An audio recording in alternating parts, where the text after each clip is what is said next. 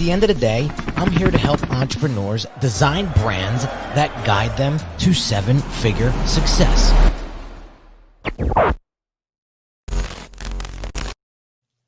What is going on, everybody? Welcome to another Brand Doctor live stream. I am your host, Henry Kaminski Jr., aka the Brand Doctor, and we are going to be talking about a very relevant topic: mindset, and how to become and maintain that resilience that we all need as business owners to get us through those tough times. So I want to make this as interactive as possible. So I'm going to be managing some of the comments here. So make sure that you're participating along in the conversation.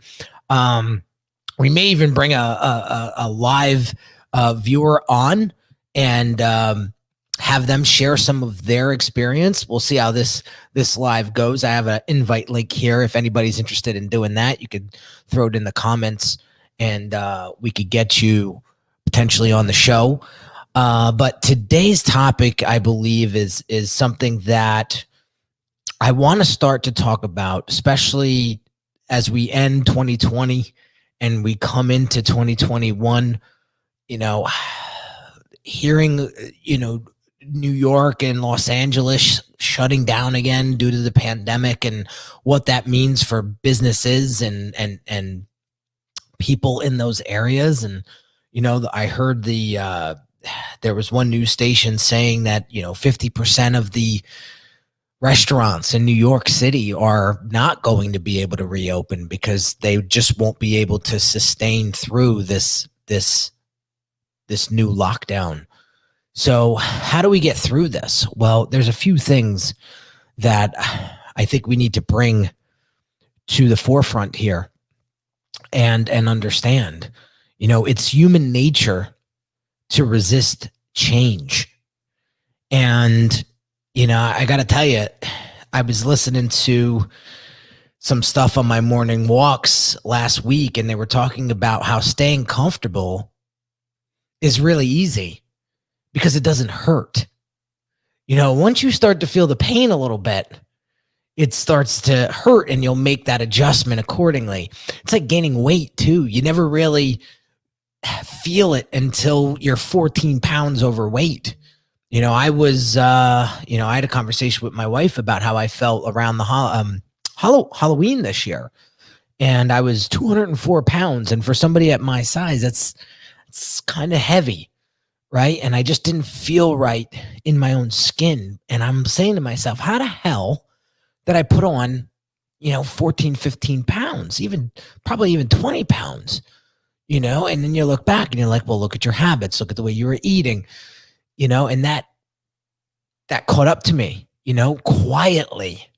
And then I stepped on that scale and I was like, no, we cannot be here anymore, and so I'm down about 18 pounds since Halloween, and I feel great. I got probably another 7 pounds or 10 pounds to go, I feel, to get me to where I want to be. But it's hard to resist change, especially when you get in that comfort zone, right? So here's another one, right? We try to solve problems with the same thinking that created them. We try to solve problems with the same thinking that created them. So I've been diving into Bob Proctor a lot lately. For those folks that don't know who he is, he's like one of the OGs of like personal development. And, he's up there with I put him up there with Jim Rohn and Les Brown. And he was talking about frequencies. I have this audio book, We Were All Born Rich, by Bob Proctor, and he talks about frequencies. And when you're struggling at a level, you're operating on a certain level of frequency, and if you want to come out of that, then you have to operate on a higher frequency. So whatever that means, maybe it means you have to get around a different level of people. Maybe you need to stop doing the same things that you're constantly doing to level up. That's why I love that phrase, level up, because it's going to get you out of the same way of thinking. If nothing changes, nothing changes. So If you want different results in your business, in your life, personally, professionally, then you have to start thinking creatively and thinking above those problems and issues that you're experiencing right now. You know, Amanda Dake says Bob Proctor's great. Yeah, Bob Proctor's awesome. You know, I actually bumped into him. I forget. I think I was watching The Secret. You know, did you ever watch that movie, The Secret? And Bob was featured on that movie, and I was like, who is this guy? And then he was on Lewis Howes, and then a couple other interviews that he's been doing.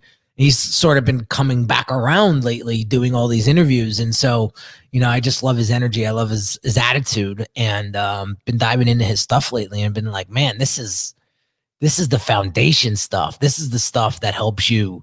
You know, this is what has gotten all of these what do you want to call them? These greats. You know, that's what their mindset was all about. And so Bob Proctor's great. So another problem that I see here is that we're addicted to convenience and that we forget what it takes to persevere. I'm going to share with you a funny story. So ever since my son was born, you know, my wife and I have been doing the best we can. We're raising this little guy. And as he started to talk and he started to become this little person, right? Anytime he would get frustrated with small things like trying to take a cap, you know, off of a milk bottle, or if he's playing with his toys and something's not working right, you could see him get frustrated, right? And so my wife would always come in and she'd say, all right, so what is going on? What's the problem? And then she would sit down with him and they would unpack the problem together. And so now it's funny seeing him at 3 years and a couple of months. When he gets frustrated, initially he'll come out and he'll get all puffy, and it's actually funny to watch. But then you can hear himself talk to him. Like he talks to himself, and he'll say, so what is the issue here? And he starts to break down. He starts to break down the problem on his own, and he perseveres through it. And like my wife and I laugh because it's cute, because when and he goes into this problem solving mode. You know, we're teaching him that perseverance, because we know when he gets of age, you know, convenience is going to be at an all-time level. And we want to create this perseverance through him, because life is not easy. And who knows, you know, with all this tech and convenience going on, it may not make things easier later. So we want to make sure that we instill that perseverance into him, so he can work through those issues, right? Another thing I want to talk about is we're addicted to approval and fear the lack of it. And I want to share with you guys, listen, I stopped looking at views. I've stopped looking at number of comments. I've stopped looking at the number of likes a while ago. Is that I really just don't think that they're a fair key performance indicator. I just don't. And when you start to get associated with, you know, I only got 100 likes on that thing, so it must have sucked. I don't know if that's necessarily true. I don't. I talked about this on a podcast a couple of weeks ago. There's a Netflix movie out there called Social Animals. I highly recommend you check out this movie. It's not a series. It's like an hour and a half or so, but they talk about this stuff and how folks are growing up, kids are growing up, and that's all they're doing is being addicted to the likes and it's affecting their confidence and self-esteem. Listen, if I judged all of my content based off of my views and likes, I would have gave up a long time ago. Because if you look at my stuff, it doesn't get hundreds and thousands of views and comments and likes. It doesn't. But yet, we still fare a decent business. I still get clients. I still get connection. I still get a lot of things in life. So pay attention to this. All right. Another thing, Gary Vee went on a tangent with this a couple years ago, but it's worth bringing up again. You know, we reward participation, but not the hard work, the attempts, the failures, the efforts. You know, nobody wants to talk about what they're struggling with because it's too scary. I had a mentor of mine reach out to me and say, Henry, I like the more vulnerable side that you're putting out lately. It's connecting with me. And I think he's not alone. I think when you put out some things that, because listen, we all know as business owners, raise your hand in the comments. We all know that everything isn't peachy all the time. And when people are putting out just win after win after win after win on social media, we know that there's another side there that they're not showing. So share that. I think it brings out the realness in everybody. And people are going to resonate with that. They're going to connect with that. So, you know, when we reward the participation and hand out the 9th place trophies all the time, we're completely negating what it really takes to get to the top, whatever that top looks like for you. We're not paying attention to the effort. We're not putting light on that, shedding light on that. So, different things you need to start to pay attention to. But these are the big problems that create these mindset limiting beliefs. And it doesn't help us become resilient at all. And that's why I want to spend some time today talking about this, because I know I'm not alone. You know, we didn't have the best year, but we didn't have a terrible year in business. I think things could have been better, but I'm not going to blame it on something that I have no control over, aka a pandemic. Looking back, there were some few things I could have done differently. And I'm going to talk about this. I want to talk about this because I want to get you into sort of a reset, because 2021 is right around the corner. And I think this is going to be a big reset for a lot of us. I think we're going to use the new year to really help us just put 2020 behind us, learn from what we had to learn from, and move on. And I want to get us prepared for this. All right. So right after this quick little message, guys, we're going to get into some solutions on how to create and maintain a strong mindset that's going to help us be more resilient in the upcoming year.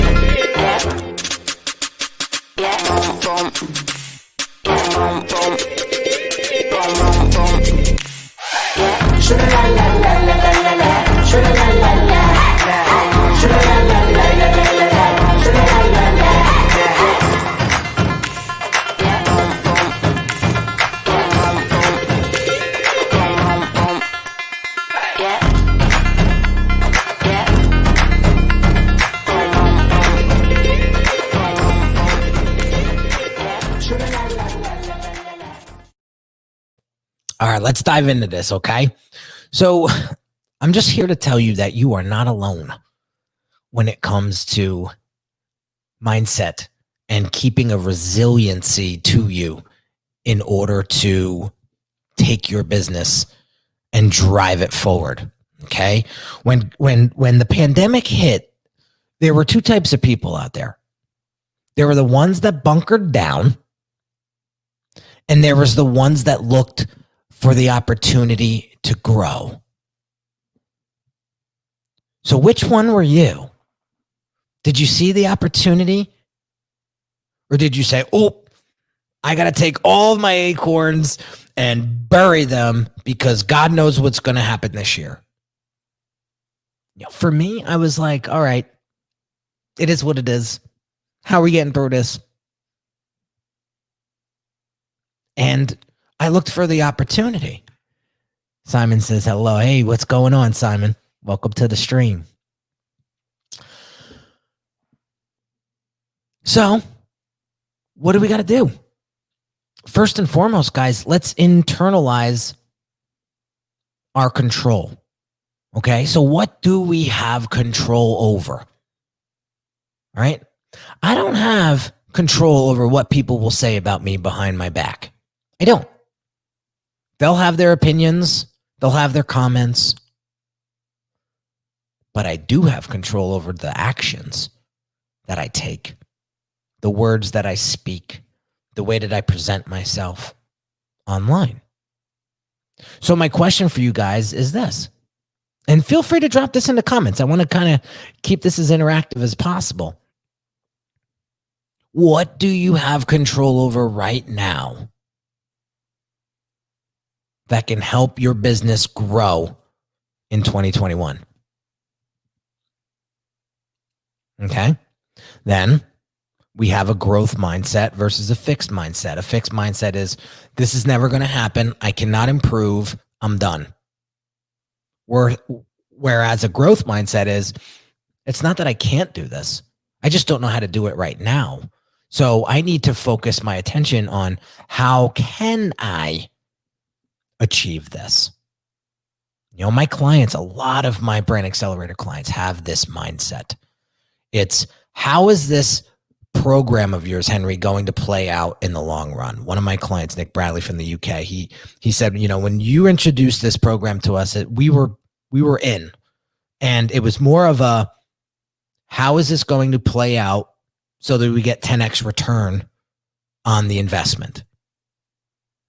So their particular investment was a 3-month stint, and about a month after they launched, not even, they get a $96,000 client come in through the programs that we crafted together.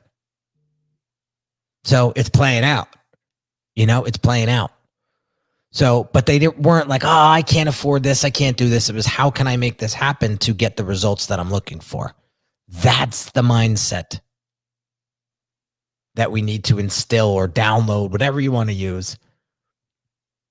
So it's growth, it's opportunity. All right. Determining another thing that has helped me a lot is determining the bigger reason behind the what and the why of what we're doing. It's a great little comment here I want to share. Man, I absolutely agree with everything you say. I have this conversation with myself all the time, and I try to internalize that. But how do you respond to the sound that says this isn't getting you any results? It's a great question. So let's dive into this before we move forward, all right? This isn't getting you any results. Okay, so then my next question is this. Why? Why isn't it getting you any results? That's the next layer down that we need to explore. Okay, and then once we get to answering that question, well then, how do we fix it? How do we massage this? How do we get this pointing in another direction? It's funny. I meet with one of my mentors every Friday, and we were talking, and I had said to him, I would love for you to audit my stuff just so I could get some feedback. And he said, you work with the influencer types, the personal brands that have some steam behind them, but they it's time for a rebrand. It's time to level up. Yeah. That's exactly who I'm working with. Well, your content isn't as compelling to them as it should be. And I could have got all puffy and got all defensive. What are you talking about? My content's awesome. No, I was like, you know what? You're absolutely freaking right. I think my content's a little too vanilla. It speaks too broad. So he said, your content's good, but it's not compelling. When I look at your content, if I was this person, I would say this isn't exactly speaking to me. Maybe a little bit, but it's not exactly speaking to me. So getting that feedback, you implement it, and right away I was changing headlines on my website over the weekend, and I've completely, or in 2 days over the weekend, was able to course correct that. Right? So Simon says you don't see immediate feedback or growth. Right.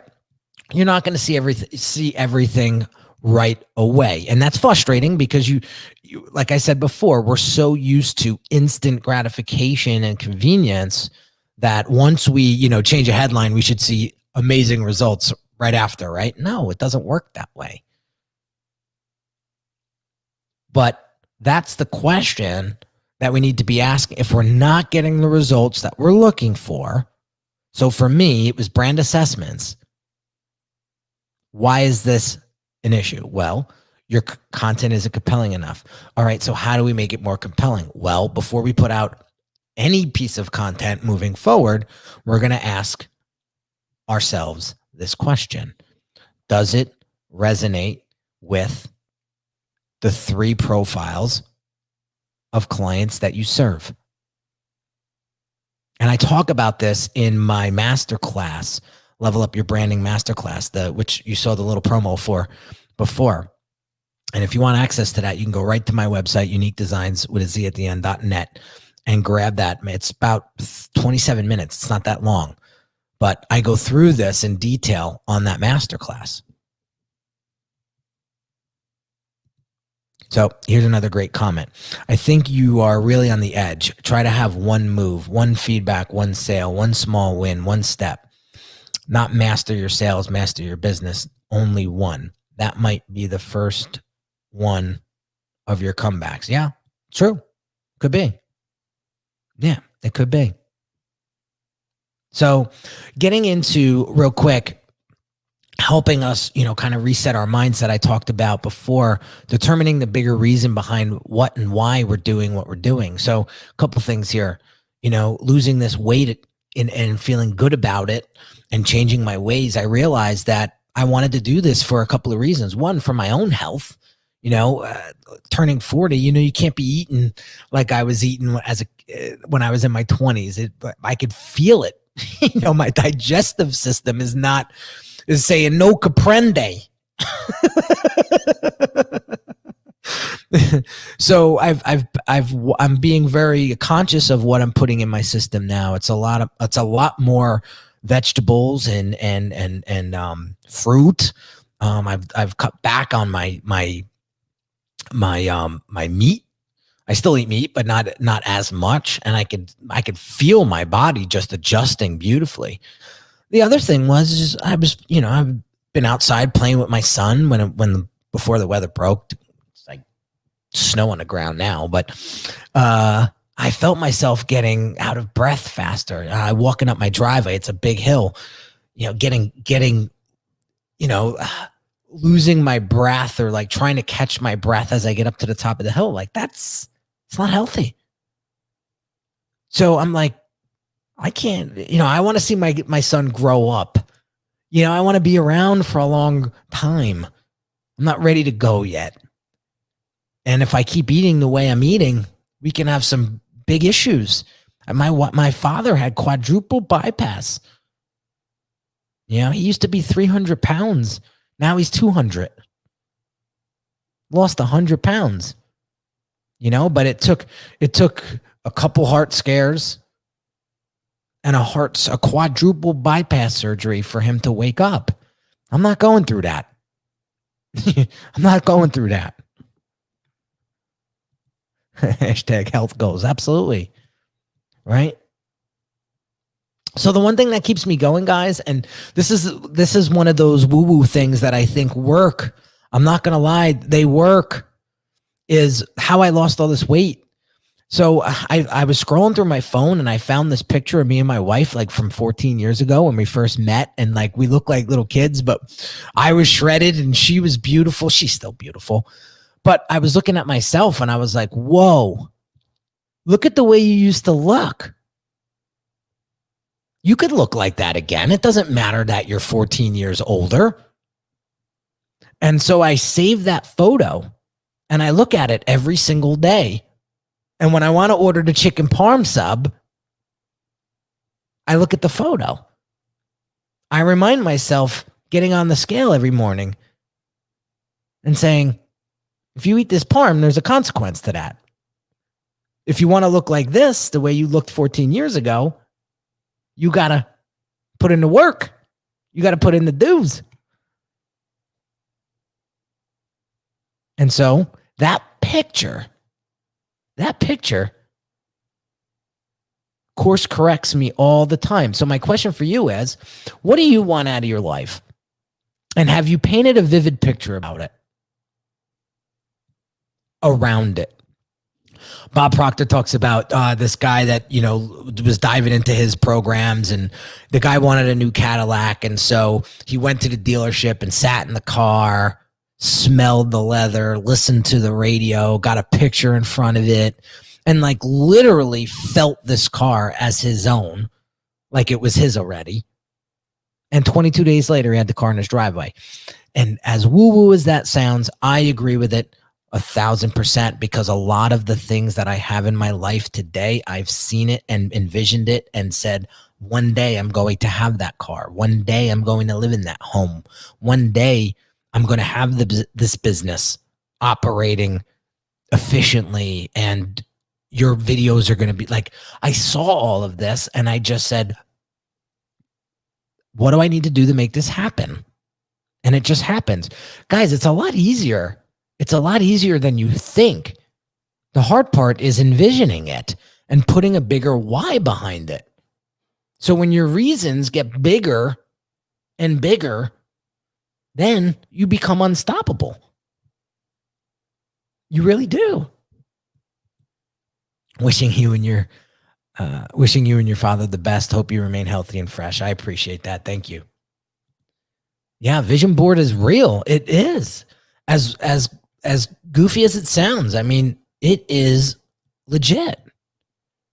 So we've been doing that and talking in the present. Here's another one I don't have on my list over here, but here's another one.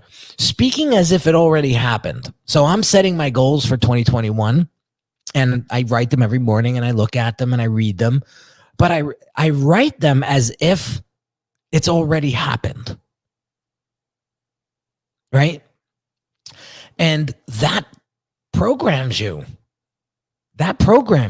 Now, I'll be honest with you. I'm guilty that I don't look at my goals enough throughout the year. For example, I was looking at my 2020 goals last week and I was like, oh, wow, look at some of that. Now, I didn't hit all of them, but I hit a few that I was shocked that we have hit. And I was like, wow, maybe if you looked at your goals more frequently throughout the year, you would have hit more of these goals. So now one of my goals for 2021 is to read the goals daily, not weekly, not monthly, daily before you start the day. It could be a quick skim, but having them in your mind and reading them through as if it already happened, that's going to reset your mindset like you have no clue. I've just been doing it for a few weeks and I've seen a huge difference. So these are these tiny things that are going to help you become more resilient in what it is that you're going through right now. Because I know it's tough for a lot of people, especially restaurant owners in New Jersey, New York City, locally here. All right. Not only them, but a lot of people, right? The last thing here before we get into the next section is really committing to your decisions. There's no room for wishy-washy. There really isn't. I'm going to paint this little picture for you and see if it makes sense. Imagine you buy a plane ticket and you jump on the plane and the pilot has a wishy-washy flight plan. You get in the plane, you take off, and you're headed to LA. You're coming out of New York. And he says, you know what, guys? I feel like going to New Orleans for a couple hours. We're gonna divert, and we're gonna go down to New Orleans for a little bit. You're probably sitting to yourself, what? I booked a ticket for LA. Why are we going to New Orleans? And then as he's going to New Orleans, he says, you know what? I'm gonna stop at Austin. I heard Austin was pretty awesome. Instead of New Orleans, let's go to Austin instead. And then he diverts the plane and he starts heading towards Austin. And right before he gets to Austin, he says, forget Austin. It looks a little crowded down there. You know what? Let's go to Vegas. Let's hop into Vegas. Now, mind you chose and booked a one-way ticket to LA from New York. And this pilot has you flying all over the country and changing his mind at the last minute. How do you expect to run a business the same way? Now, I'm not pointing fingers. Has there been times where I get wishy-washy in my decision-making? Yeah, and it doesn't do me any good.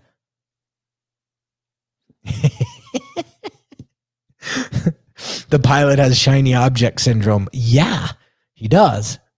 He does. And that happens to a lot of us, doesn't it? As business owners. We look for the next best thing. Yet we have a lot of foundational work to cover. Now, Dan Henry talked about this in a post I read recently about the Packers. How the Packers lost the Super Bowl championship to the Eagles. They were winning the whole game. And then they lost at the last minute or so, right? And then they had the off season. That's all they did was think about their loss. And then when they went in for preseason, Lombardi was the coach at the time, and Lombardi started with the basics.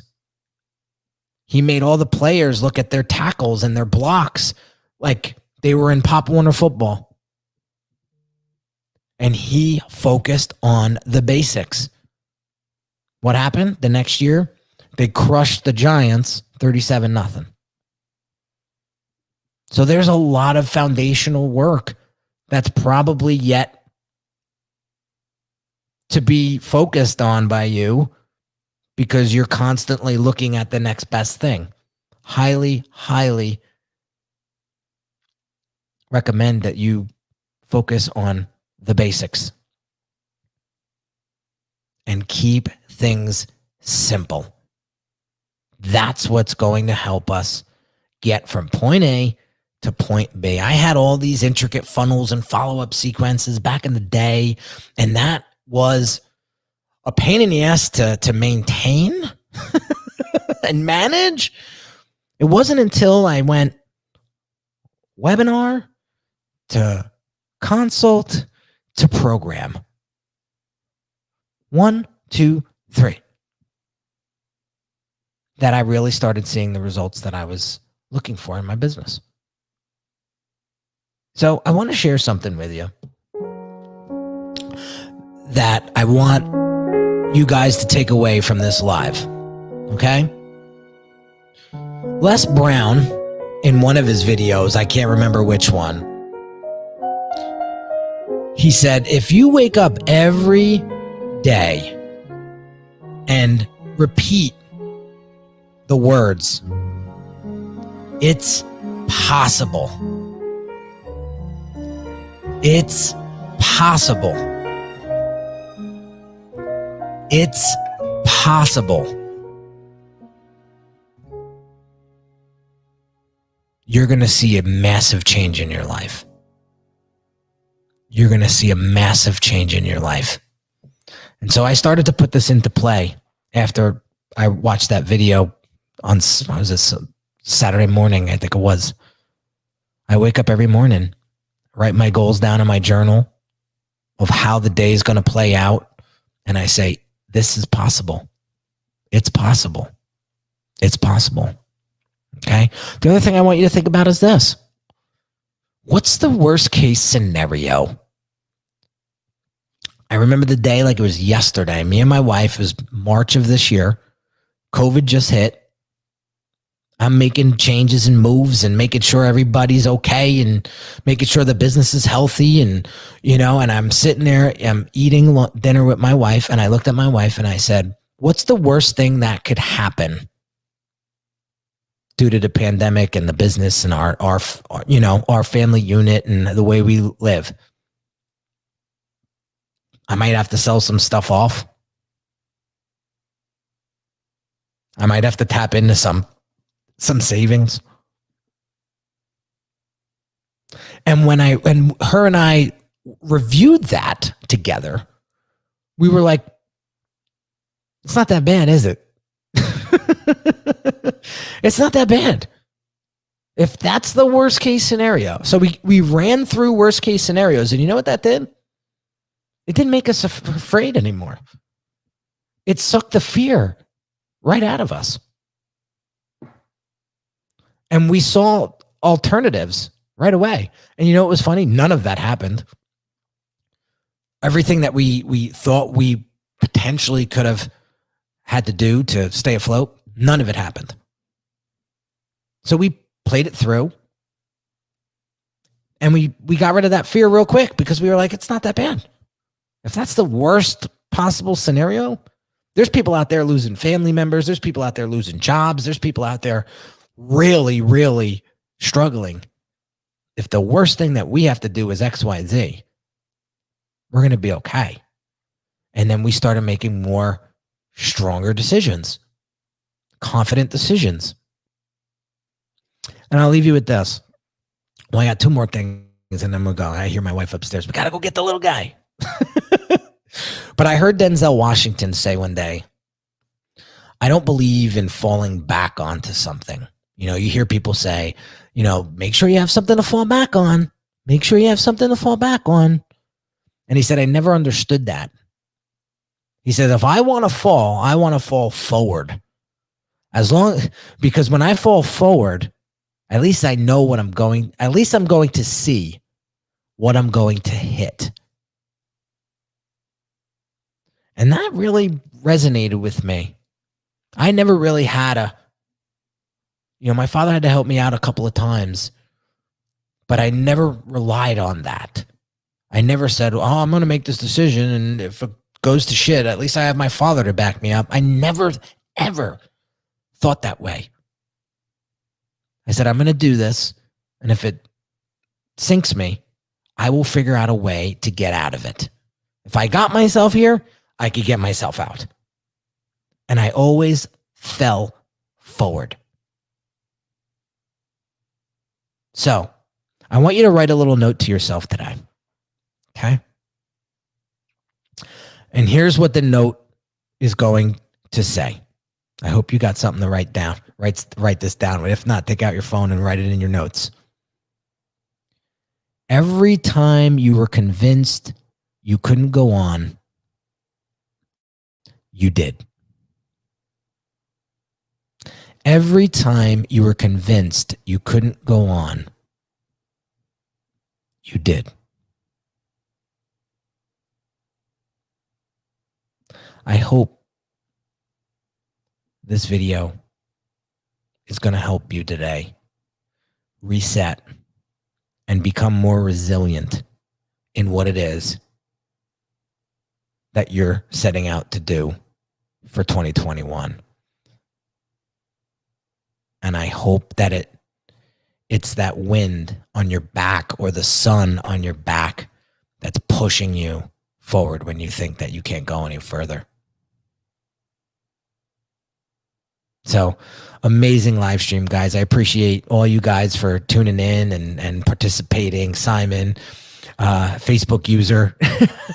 I have an idea who you might be, but next time, make sure you click off the thing on StreamYard so it allows your name to show up, because this was a lot of fun. I really appreciate you guys tuning in. Amanda Dake, appreciate all you guys for tuning in today and spending some time with me. You are amazing. Thank you so much. I appreciate that.